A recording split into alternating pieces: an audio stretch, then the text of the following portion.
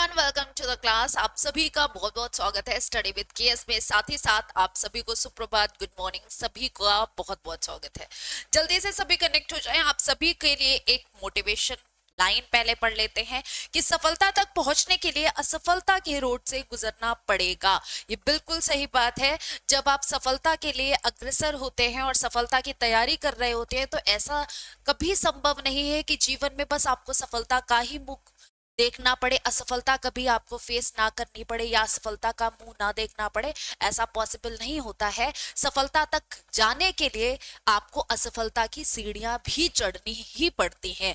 अगर आप असफलता की सीढ़ियां नहीं चढ़ना चाहते हैं तो आप ये भी समझ लीजिए कि सफलता फिर आपको नहीं मिलेगी। ये भी ध्यान रखिएगा, ठीक है। अब हम स्टार्ट करते हैं हमारे आज के कुछ करंट लाइंस, ठीक है। उसके बाद हम क्वेश्चंस एज इट इज जैसा हमारा डेली का होता है। यहाँ पर हम बात करें तो सबसे पहले एक सींग वाले गैंडे के लिए मशहूर काजीरंगा राष्ट्रीय उद्यान को हाल ही में भारत में तितली विविधता के लिए क्या किया गया है? तितली विविधता के लिए दूसरा सबसे बड़ा केंद्र माना गया है। आपको बता दें, काजीरंगा राष्ट्रीय उद्यान को तितली विविधता के लिए दूसरा सबसे बड़ा केंद्र माना गया है क्योंकि यहाँ पर तितली की कितनी प्रजातियां पाई गई है? 446 प्रजातियां पाई गई हैं। अब हम कुछ पॉइंट इस पर बात कर लेते हैं कि भाई काजीरंगा राष्ट्रीय उद्यान जो है ये है कहाँ? तो याद रखिएगा ये कहाँ पर है? ये असम में है। ये कहां पर है? ये असम में स्थित है। ये फेमस क्यों है काजीरंगा राष्ट्रीय उद्यान? इसका तो नाम आपने कई बार पहले भी सुना है। काजीरंगा राष्ट्रीय उद्यान जो है एक सींग वाले गैंडों के लिए प्रसिद्ध है, ठीक है। किसके लिए प्रसिद्ध है? एक सींग वाले गैंडों के लिए काजीरंगा राष्ट्रीय उद्यान प्रसिद्ध है। ये भी ध्यान रखेंगे। कितनी प्रजातियां पाई गई हैं? तो 446 प्रभावशाली तितली प्रजातियां जो है यहाँ पर मिली हैं। आपको बता दें ये तो सेकेंड नंबर पे है भाई। दूसरा प्रमुख केंद्र बना है ना, तो आपसे पूछा जा सकता है कि पहला प्रमुख केंद्र कौन सा है? याद रखेगा अरुणाचल प्रदेश का नामदफा राष्ट्रीय उद्यान। कौन सा? अरुणाचल प्रदेश का नामदफा राष्ट्रीय उद्यान जो है पहला केंद्र है भारत का, जहां पर कहां पर? जहां पर तितली प्रजातियां सबसे ज्यादा हैं, मतलब तितली की प्रजातियां सबसे ज्यादा हैं, तितली विविधता सबसे ज्यादा कहां पर देखने को मिलेगी? अरुणाचल प्रदेश। अब दूसरा नंबर किसका हो गया है? काजीरंगा राष्ट्रीय उद्यान का।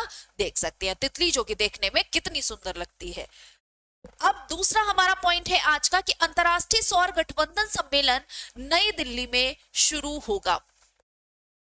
अंतरराष्ट्रीय सौर गठबंधन के बारे में बात की जा रही है तो आपको यह पता होना चाहिए अंतरराष्ट्रीय सौर गठबंधन का मुख्यालय कहां है। इसका मुख्यालय कहां है? तो याद रखिएगा हेडक्वार्टर इसका कहां है?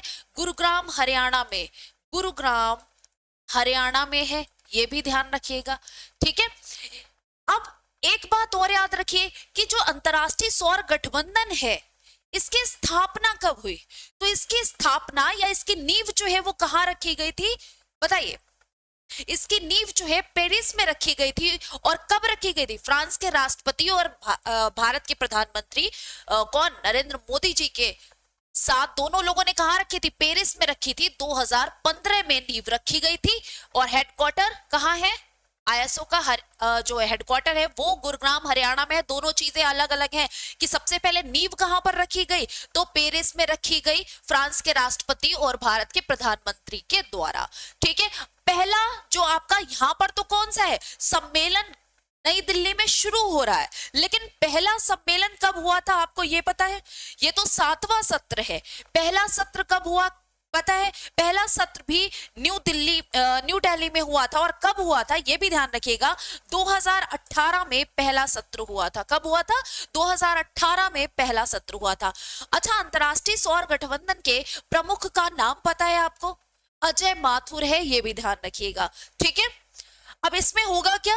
अंतरराष्ट्रीय सौर गठबंधन सभा का 7वां सत्र 3 से 6 नवंबर 2024 को नई दिल्ली में आयोजित किया जाएगा। जिसमें कितने देश भाग ले रहे हैं? जिसमें 120 देशों के प्रतिनिधि जो है वो भाग ले रहे हैं। यहां पर एक प्रश्न आप सभी से और पूछना चाहेंगे।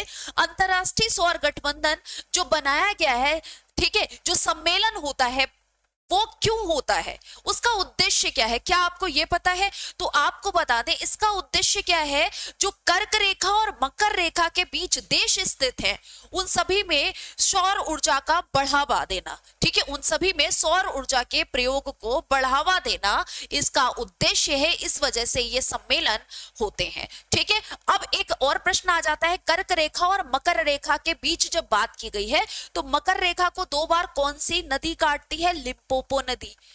कांगो नदी किसको काटती है? तो ये भी एक छोटा सा प्रश्न है, कभी बाई चांस पूछ लिया जाए तो याद रखेगा, कांगो नदी जो है वो विषुवत रेखा को 2 बार काटती है।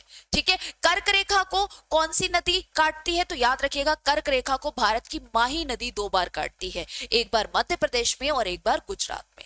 ठीक है, ये आपकी इससे रिलेटेड बेसिक जानकारी है। स्टैटिक जीके की भी पोर्शन जो है वो आपका यहां पर क्या हो जाता है, एक बार रिवाइज हो जाता है। नेक्स्ट देखिए, आपदा जोखिम न्यूनीकरण पर एशिया प्रशांत मंत्री स्त्री सम्मेलन APMCDRR 2024 क्या हो रहा है? इसमें सम्मेलन का आधिकारिक उद्घाटन राष्ट्रपति किसने किया है? राष्ट्रपति बोंग बोंग मार्कोस ने किया है। और इसका विषय क्या था? देखो कई बार विषय पूछ लिए जाते हैं, जो सम्मेलन होते हैं हमारे यहाँ, कई बार उसके विषय आपसे सीधे प्रश्न में पूछ लिए जाते हैं, तो इसके विषय को जरूर याद रखिए। विषय क्या था? 2030 तक वृद्धि, आपदा जोखिम न्यूनीकरण में तेजी लाने के लिए एशिया प्रशांत में महत्वाकांक्षा को बढ़ाना। ठीक है, इतना तो याद ही रख सकते हैं कि 2030 तक वृद्धि। नेक्स्ट देखिए, ट्राई द्वारा अंतरराष्ट्रीय दूरसंचार विनियामक सम्मेलन। ट्राई द्वारा क्या हो रहा है? ट्राई द्वारा अंतरराष्ट्रीय दूरसंचार विनियामक सम्मेलन, मतलब कि international conference of telecom regulators. अब ट्राई की बात की गई है, जो यहां पर लिखा है इसका फुल फॉर्म पता है? इसका फुल फॉर्म पता है? Telecom regulatory authority of India इसका फुल फॉर्म होता है, याद रखेंगे। इसका आयोजन 2 प्रमुख आयोजनों, पहला विश्व दूरसंचार मानकीकरण सभा और दूसरा भारत मोबाइल कांग्रेस के साथ किया गया है। इसका आयोजन कौन 2 प्रमुख लोगों के साथ किया गया है? यहां से प्रश्न बन सकता है, तो दोनों के नाम याद रखोगे कि इसका आयोजन 2 प्रमुख आयोजनों, कौन सा? पहला विश्व दूरसंचार मानकीकरण सभा और दूसरा भारत मोबाइल कांग्रेस के साथ किया गया है। ठीक है, नेक्स्ट देखते हैं। अब हमारे क्वेश्चन है 4-5, इनको सॉल्व करते हैं।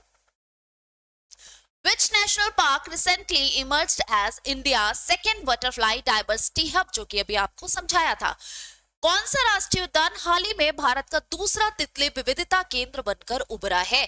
तो याद रखिएगा कौन बना है, आपको अभी बताया था काजीरंगा राष्ट्रीय उद्यान, जो कि असम में है। पहला कौन सा केंद्र है?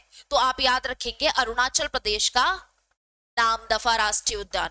ठीक है, यहां पर कौन सा ऑप्शन करेक्ट है? यहां पर आपका काजीरंगा राष्ट्रीय उद्यान बिल्कुल करेक्ट है। सेकंड देखिए, which city is the host of 7th session of the International Solar Alliance? International Solar Alliance की बात की गई है। International Solar जो आपका अलायंस असेंबली है, इसमें आपको बात की गई है, तो आपको बताना है विधानसभा के 7वें सत्र की मेजबानी कौन सा शहर कर रहा है? याद रखिएगा कौन सा शहर कर रहा है? न्यू दिल्ली कर रहा है। यहां पर करेक्ट आंसर कौन सा हो जाएगा? बी वाला ऑप्शन आपका करेक्ट होगा। नेक्स्ट देखिए, मेरा हो चोंगबा महोत्सव किस राज्य में मनाया गया है?